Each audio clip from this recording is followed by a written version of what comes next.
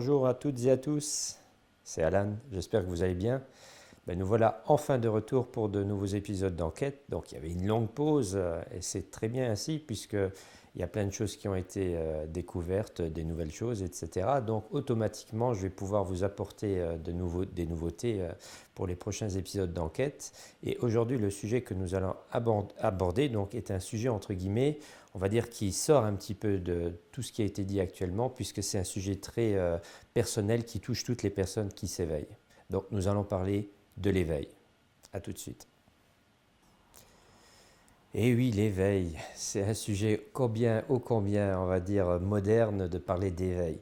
Et là, la question, ce serait de se poser tout simplement, c'est quoi l'éveil déjà pour commencer? Et est-ce qu'il n'y aurait pas plusieurs formes d'éveil à comprendre? Et derrière cet éveil, justement, puisque aujourd'hui, nous allons pas seulement parler de l'éveil, ce que représente l'éveil, mais aussi de la problématique que peut engendrer l'éveil pour les personnes qui ont, entre guillemets, qui vont rentrer dans leur apocalypse, puisque en réalité, l'apocalypse, c'est bien ça. C'est chaque personne qui commence à avoir une nouvelle façon de concevoir le monde, qui va inverser sa manière de voir les choses. Et donc, on va parler de tout ça en l'espace de cette petite demi-heure. Donc, pour commencer, c'est quoi l'éveil et de quel éveil parlons-nous? Et pour cela, il faut comprendre qu'il existe, selon mon approche personnelle, plusieurs formes d'éveil, dont un qu'on va appeler une sorte d'éveil, on va dire, intellectuel. Donc c'est une forme d'éveil de prendre conscience de plein de choses grâce à son mental. Bien sûr, c'est là où le mental va jouer son rôle, bien sûr. Donc cette forme d'éveil intellectuel. Et de l'autre côté, une forme d'éveil, mais c'est pas forcément lié forcément au mental qui va raisonner, qui a des idées, etc. Mais ça va être plutôt une forme d'éveil qu'on peut plutôt mettre du côté d'une forme d'éveil christique ou Bouddha, puisque Bouddha c'est l'éveillé, etc. Donc nous avons quelque chose d'un autre ordre. Et ça c'est plutôt une manière d'être, c'est-à-dire on est c'est pas un éveil dans le sens maintenant intellectuel, mais c'est plutôt une forme d'éveil qui se rapproche plutôt à une forme de... On est dans l'acte, c'est-à-dire on incarne pleinement ce que l'on ressent à l'intérieur de soi et on le vit au jour le jour, donc c'est vraiment quelque chose d'un autre ordre. C'est aussi une question de vibration à ce niveau-là. Après, ce qui est important, c'est d'expliquer aussi qu'il y a plusieurs façons de rentrer dans ces deux formes d'éveil, mais que l'un peut amener vers l'autre éveil. C'est-à-dire que aussi cet éveil intellectuel, le fait de comprendre certaines choses, de transcender grâce à cette compréhension sa pensée, donc on transcende et cette pensée va modifier aussi bien sûr l'énergie intérieure du corps et ça va donc ouvrir la voie vers l'autre éveil qui est cet éveil qui est proposé dans la version originelle du christianisme et aussi de différentes, on va dire, mythologies, des légendes qui parlent toujours de cette même chose, c'est-à-dire l'éveil à soi-même et ce qui est aussi en réalité la transcendance de l'ego d'une certaine manière. Donc, pour revenir maintenant sur la question de l'éveil intellectuel, et c'est là où je vais bien sûr jouer mon rôle d'agitateur de conscience, d'expliquer que beaucoup de personnes, que j'appelle les pseudo-éveillés, pensent être des personnes éveillées d'une certaine manière. Donc, je dis non, attention, être éveillé, c'est pas avoir plein d'informations. Être bourré d'informations, c'est aussi, quelque part, c'est un petit peu une personne qui n'a rien fait d'autre que de lire des livres, voir des vidéos, donc il est informé, il sait plein de choses, mais est-ce qu'il peut maintenant, avec cette information, est-ce qu'il peut faire quelque chose? Est-ce qu'il va transformer sa personnalité? Et souvent, justement, et c'est ça qui est un petit peu malheureux pour ces personnes, c'est que ces informations qu'il va mentaliser, donc où il va utiliser bien sûr son mental pour essayer de comprendre les choses, vont rester dans une forme de stade qui est purement, on va dire, intellectuel et aussi, on va dire, donc c'est un pseudo-éveil, puisqu'il est informé, cette personne peut parler de plein de choses différentes, mais il va lui manquer quelque chose fondamental qui pour moi justement est dans le mot fondamental, on a bien sûr le mot mental, donc cette chose fondamentale qui est la vision holistique. Et c'est ça, c'est la vision holistique qui permet d'avoir un éveil, un vrai éveil intellectuel aussi. C'est-à-dire, et là on va expliquer c'est quoi, donc que représente l'éveil, cet éveil holistique en quelques mots. Tout simplement, c'est de pleinement avoir conscience que toutes les informations qui viennent vers moi auquel je vais porter de l'attention, c'est de prendre conscience que rien n'est séparé l'un de l'autre, que tout est imbriqué l'un dans l'autre. C'est ça aussi l'illusion de penser que les sujets qu'on peut découvrir, de faire des petits compartiments, un petit peu comme la bibliothèque qui est derrière moi, de dire je vais mettre dans cette bibliothèque, je vais mettre, voilà, pour chaque sujet, j'ai une petite case dans laquelle je vais mettre de l'information et je vais rester à ce niveau-là, c'est-à-dire je ne vais pas avoir on va dire cette idée, entre guillemets, de faire tout d'un coup un mélange des sujets l'un dans l'autre. C'est-à-dire au lieu d'avoir pour chaque sujet un compartiment, de dire à un moment donné, il y a ma conscience, mon cœur aussi, donc cette partie en moi qui va réussir comme un puzzle à mettre les pièces qui sont donc différentes. Si vous prenez un puzzle, vous avez aussi des petites pièces de puzzle qui, à un moment donné, vous montrent des petites images différentes, des nuances différentes, etc. Donc, mais en réalité, quand vous avez fini l'image, vous avez quelque chose de bien, comment dire, une image précise, donc vous avez une image globale. Et c'est ce qu'on appelle la vision globale, c'est ce qu'on appelle l'holistique, justement. Et c'est ça aussi que j'essaye d'expliquer dans cet éveil, c'est de surtout pas compartimenter les sujets, de prendre conscience que quelque part, notre raisonnement, notre manière de raisonner a la capacité de mélanger ces sujets l'un dans l'autre pour avoir justement une vue d'ensemble qui va provoquer une forme d'éveil intellectuel qui est beaucoup plus important. Mais pour cela, bien sûr, il faut s'intéresser à tout. Il ne faut pas simplement rester dans son domaine, c'est-à-dire sa spécialité qui est une case, c'est-à-dire la personne qui va pouvoir parler de A à Z, qui va pouvoir évoquer un sujet de A à Z. Après, bien sûr, c'est intéressant d'être un spécialiste, mais le problème du spécialiste, c'est qu'il n'a pas une vue d'ensemble.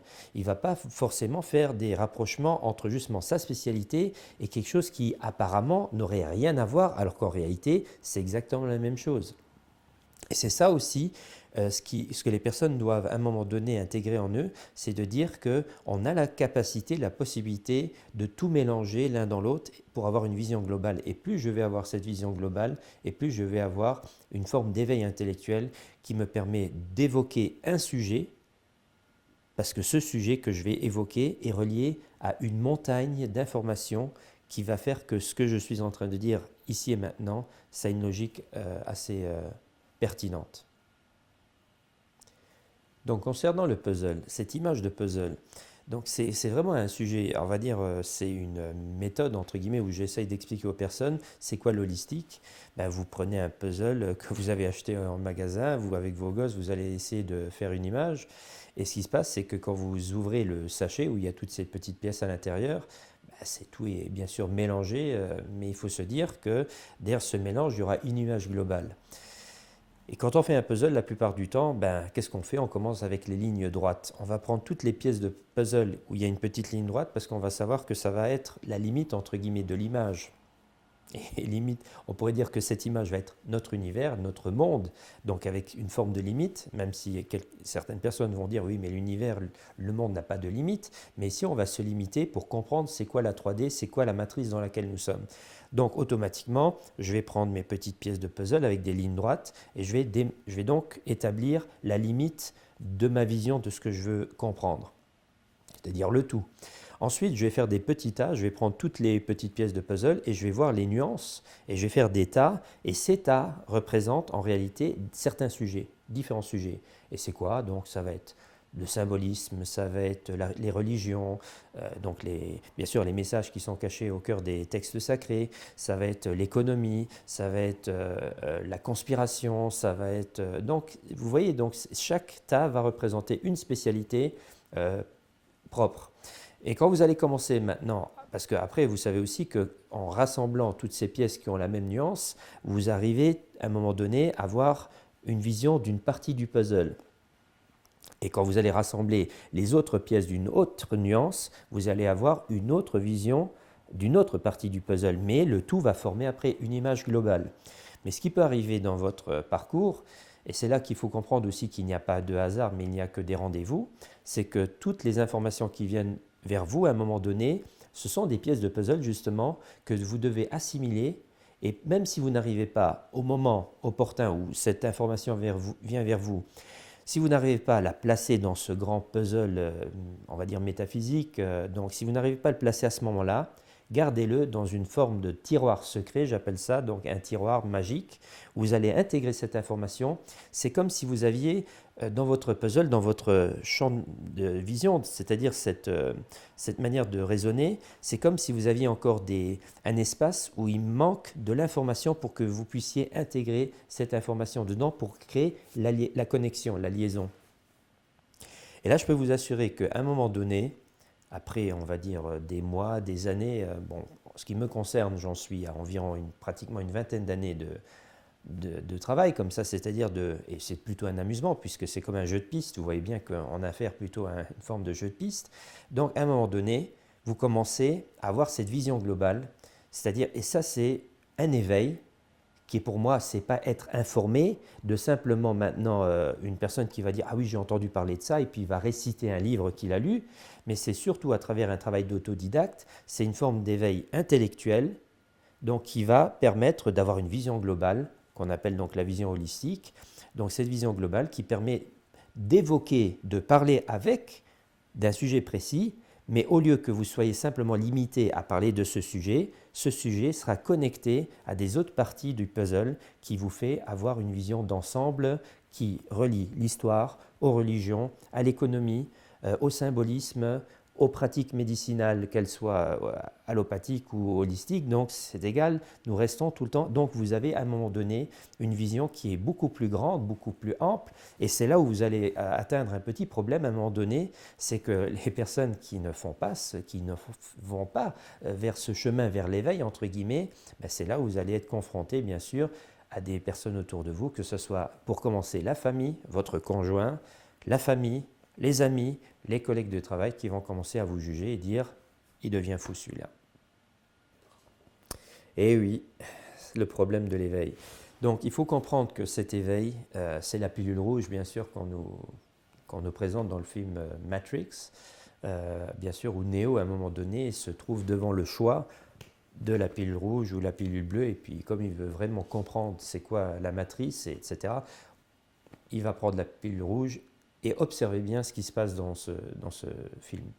La première chose que Neo va faire au moment où il a consommé, il a pris cette pilule rouge, il va toucher un miroir. Et vous voyez bien aussi que ce miroir, donc, c'est comme si on voyait ce miroir s'emparer de son corps, et c'est comme s'il traversait le miroir, ou bien c'est le miroir qu'il absorbait, et il allait de l'autre côté du miroir. Et ça, c'est ce qu'on appelle dans l'ésotérisme, ou bien pour les personnes qui ont compris, c'est l'apocalypse justement. C'est de prendre conscience qu'il va se produire en vous une inversion de votre champ de vision par rapport au monde dans lequel nous sommes, dans cet univers dans lequel nous sommes. Pour les uns, ça peut aller très vite, pour d'autres, ça va durer quelques années, voire même au-delà. Et même des personnes, hélas, qui n'ont même pas la possibilité d'arriver jusqu'au bout. Bon, après, le bout, personne n'arrive vraiment au bout. Et heureusement que c'est comme ça, puisque c'est ça qui rend justement la chose intéressante, c'est de se dire qu'on a toujours quelque chose à prendre. Mais en tout cas, ce qui est sûr, c'est que ça va varier d'individu en individu, la rapidité auquel il va commencer à s'éveiller et inverser sa vision du monde. Et donc, l'Apocalypse de Saint Jean, c'est exactement ça. C'est-à-dire, ils expliquent étape par étape ce qui se passe chez chaque être humain qui commence à s'éveiller.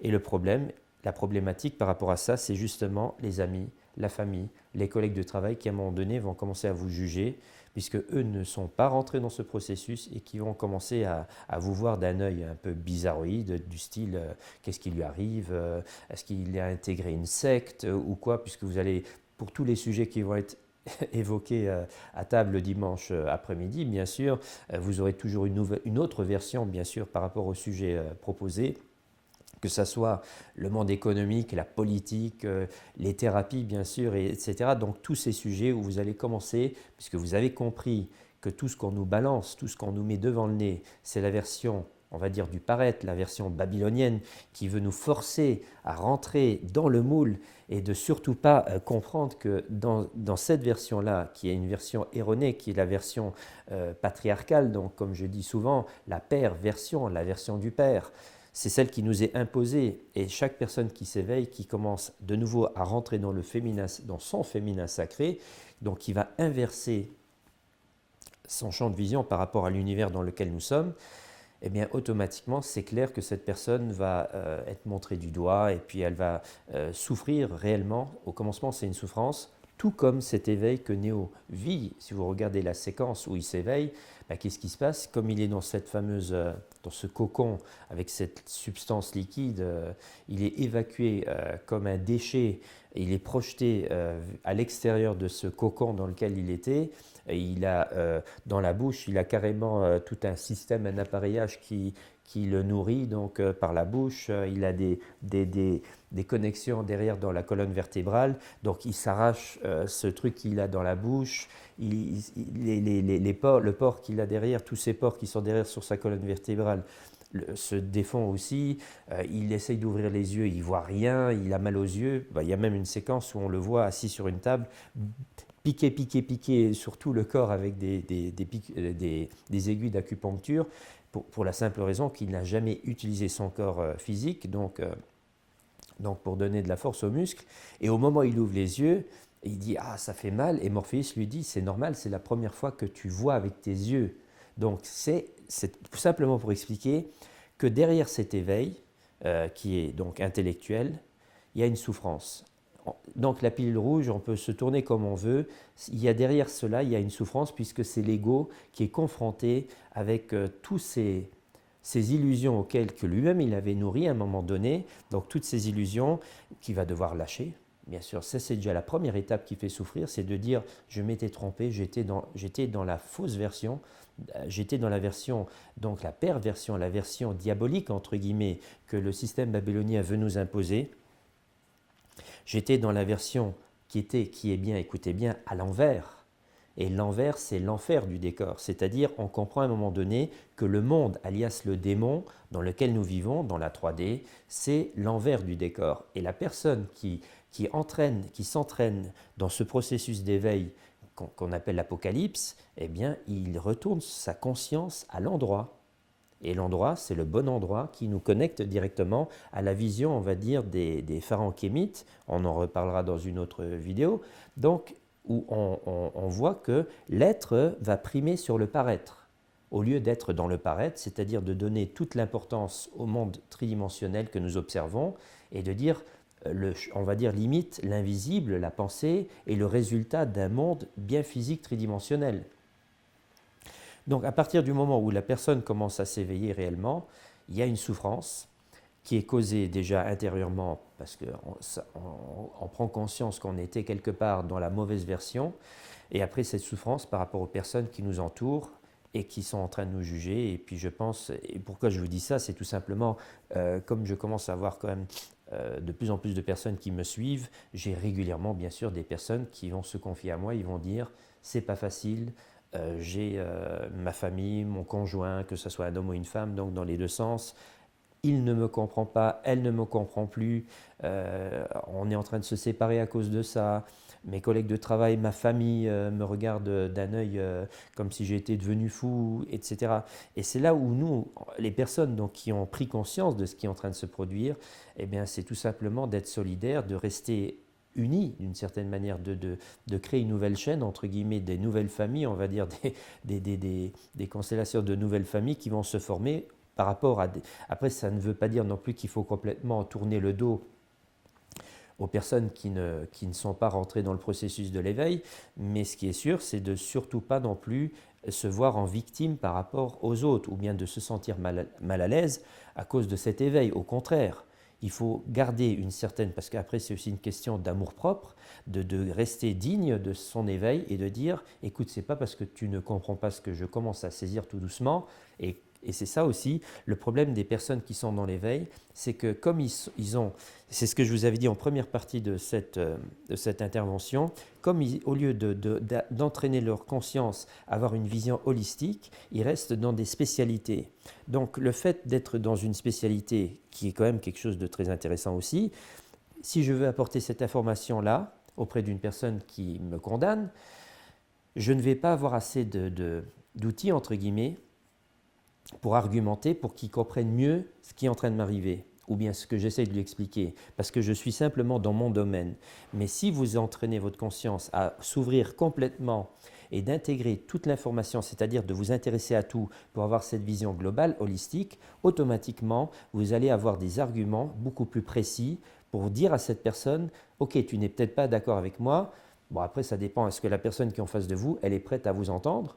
Où il y aura un échange, on va dire un débat sans se battre, bien sûr, c'est-à-dire un vrai échange pour qu'elle puisse vous écouter. C'est-à-dire, en gros, plus vous aurez de l'information en vous, mais holistique, plus vous aurez de l'argumentation pour lui expliquer d'une manière très logique et très claire ce qui vous arrive et de lui dire, tu sais, c'est pas une maladie ce qui est en train de m'arriver, au contraire. Et ça pourrait aussi être bénéfique puisque derrière toute cette information que je suis en train de comprendre, de canaliser en moi, on a toutes les clés, entre guillemets, pour devenir des êtres complètement libres de ce système dans lequel nous sommes et qui nous force à accepter l'inacceptable d'une certaine manière. Donc en gros, pour comprendre ce que j'essaye d'expliquer là, c'est tout simplement que la personne aussi qui s'éveille, donc, comme je vous l'avais dit, d'abord il y a l'éveil intellectuel, il y a le pseudo-éveil qui est une personne informée, le vrai éveil qui est celui qui a vraiment une vision holistique et qui a pris son temps, c'est-à-dire ce parcours comment dire, d'archéologue, entre guillemets, ou bien de chasseur d'indices, entre guillemets, c'est quand même quelque chose qui va se faire sur des années et des années. Donc, et plus vous allez intégrer toutes ces informations, plus vous aurez la possibilité aussi de l'intégrer comme une image globale, bien sûr, plus vous allez être fort dans votre ressenti intérieur. Et cet éveil-là va entraîner chez vous à une modification de vibration qui automatiquement va aussi transcender votre corps physique. Et là, on peut parler même de l'éveil qu'on appelle christique, Bouddha et compagnie. Donc, toutes ces entités, c'est-à-dire tous ces légendes qui nous parlent que de ça, c'est-à-dire la transcendance de l'ego, d'une part, mais aussi une modification de notre vibration intérieure et qui va avoir des effets bénéfiques, bien sûr, sur notre état de santé, etc., etc. Donc, il faut aussi comprendre une chose très pertinente. Il existe une expression française qui dit « qui se ressemble s'assemble ».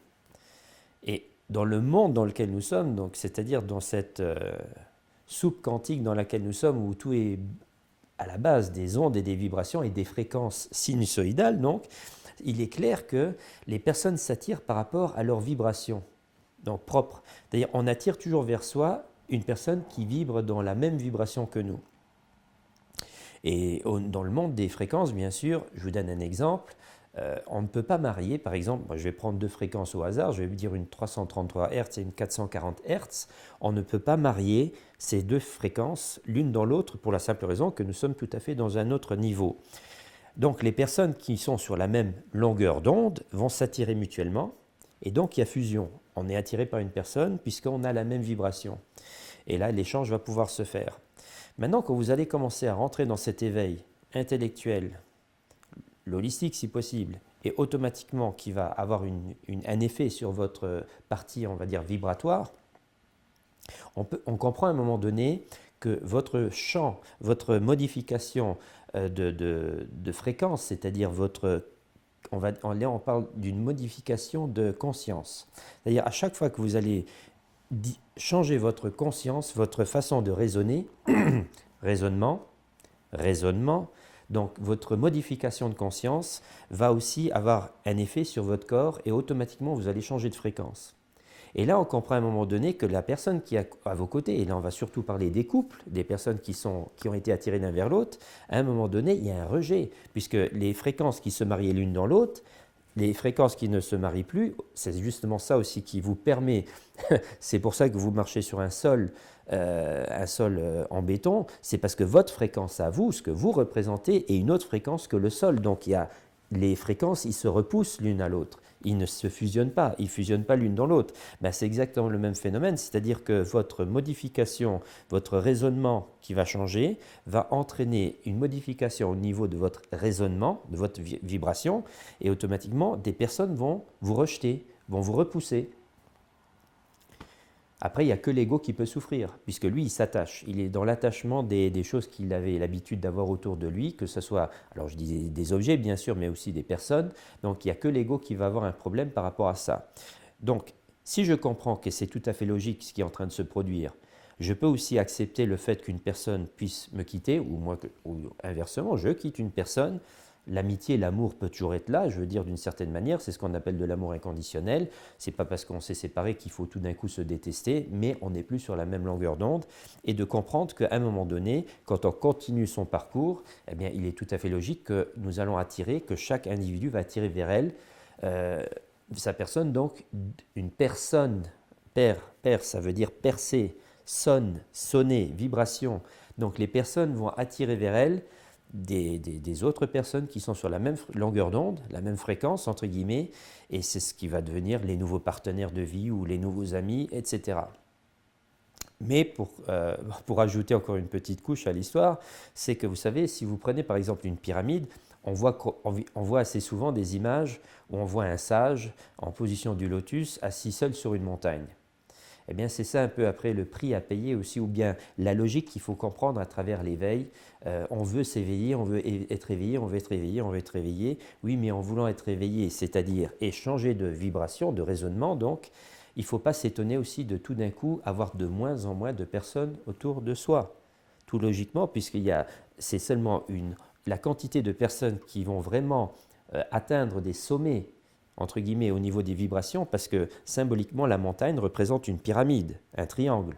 En bas, si on prend la base du triangle, le mot base ressemble étrangement au mot basse, basse fréquence. Nous sommes dans des ondes sinusoïdales de basse fréquence. Plus je vais modifier mon raisonnement, plus je suis en train de avoir des fréquences de plus en plus fines. Donc je suis en train de monter spirituellement une montagne, une forme de montagne ou une échelle. Ce sont les symboles qu'on voit assez souvent. Donc je suis en train de gravir une montagne, on va dire, symbolique. Et il est logique que plus je monte, moins il y a de personnes, d'espace aussi, des personnes qui vont me suivre dans mon raisonnement. Donc il est tout à fait logique aussi qu'une personne qui n'est pas encore dans ce processus entre guillemets d'éveil est entourée de plein d'amis parce qu'on est tous sur la même vibration. Allez, on va voir du foot, voilà, on est dans le monde encore de Babylone là, etc. Donc ce monde qui nous est tellement imposé et proposé. Et c'est tout à fait logique, ils font tout pour nous garder vers cette base, c'est-à-dire les basses fréquences, puisque c'est vraiment la 3D. Et plus je monte dans ma compréhension des choses, plus je commence à modifier ma fréquence, mon raisonnement, automatiquement je monte en vibration. Et là, il est clair que j'ai de moins en moins de personnes qui vont me suivre en plus. Parce que le fait de suivre, c'est aussi de dire aux personnes... Quand on dit suivre, ça veut dire aussi, est-ce qu'ils arrivent à suivre mon raisonnement? Est-ce qu'ils arrivent à comprendre tout ce que j'ai saisi au fur et à mesure des années qui ont passé? Ça va durer, comme je vous ai dit avant, ça peut durer des décennies entières. Et ces décennies vont vraiment modifier votre état intérieur. Et il est logique à un moment donné que vous avez de plus en plus de mal à capter une personne ou des personnes, mais après vous pouvez vous dire malgré tout, les personnes que vous allez attirer vers vous, qui vous comprennent, donc où on est dans le même échange, donc où il y a un échange, ce sont des niveaux intellectuels et des niveaux spirituels d'une très très haute qualité, et puis voilà, c'est comme ça, ce sont les règles entre guillemets de la 3D dans laquelle nous sommes. L'éveil a un prix. Ça va être une forme d'ermitage à un moment donné où vous allez devoir apprendre et comprendre surtout aussi que plus on s'éveille, moins il y a de personnes. Dans l'Apocalypse, ils sont en train de parler des élus, des 144 000 élus. Pourquoi cette valeur? Ça, c'est aussi lié, bien sûr, à la Kabbale et à des symboles particuliers, mais c'est aussi pour dire, il y a un moment donné, il y a une sélection qui se fait, c'est-à-dire parmi les grains, les vendanges vont être faites, et puis il faut faire le tri entre le grain qui est avarié et puis celui qui est de bonne qualité. Et c'est tout ça qui est expliqué, c'est-à-dire qu'à un moment donné, la personne qui s'éveille va commencer à trier, faire un tri dans l'information, avoir une vision holistique, mais aussi le tri se fait naturellement par rapport aux personnes qui vont graviter autour de vous. Et ça, ce sont des choses qu'à un moment donné, l'ego doit accepter. C'est comme ça. Je ne peux pas forcer les autres à me suivre dans mon éveil. Je peux simplement informer inconditionnellement, semer. C'est là où on voit le symbolisme du christianisme, l'éveillé. Là, on a affaire au grand éveillé. La conscience christique, c'est un état d'éveil supérieur. D'accord? C'est-à-dire, c'est vraiment cet état de compréhension, d'être une forme de, on va dire, Dieu humain, c'est-à-dire un être qui a complètement transcendé sa partie tridimensionnelle pour devenir un être de lumière.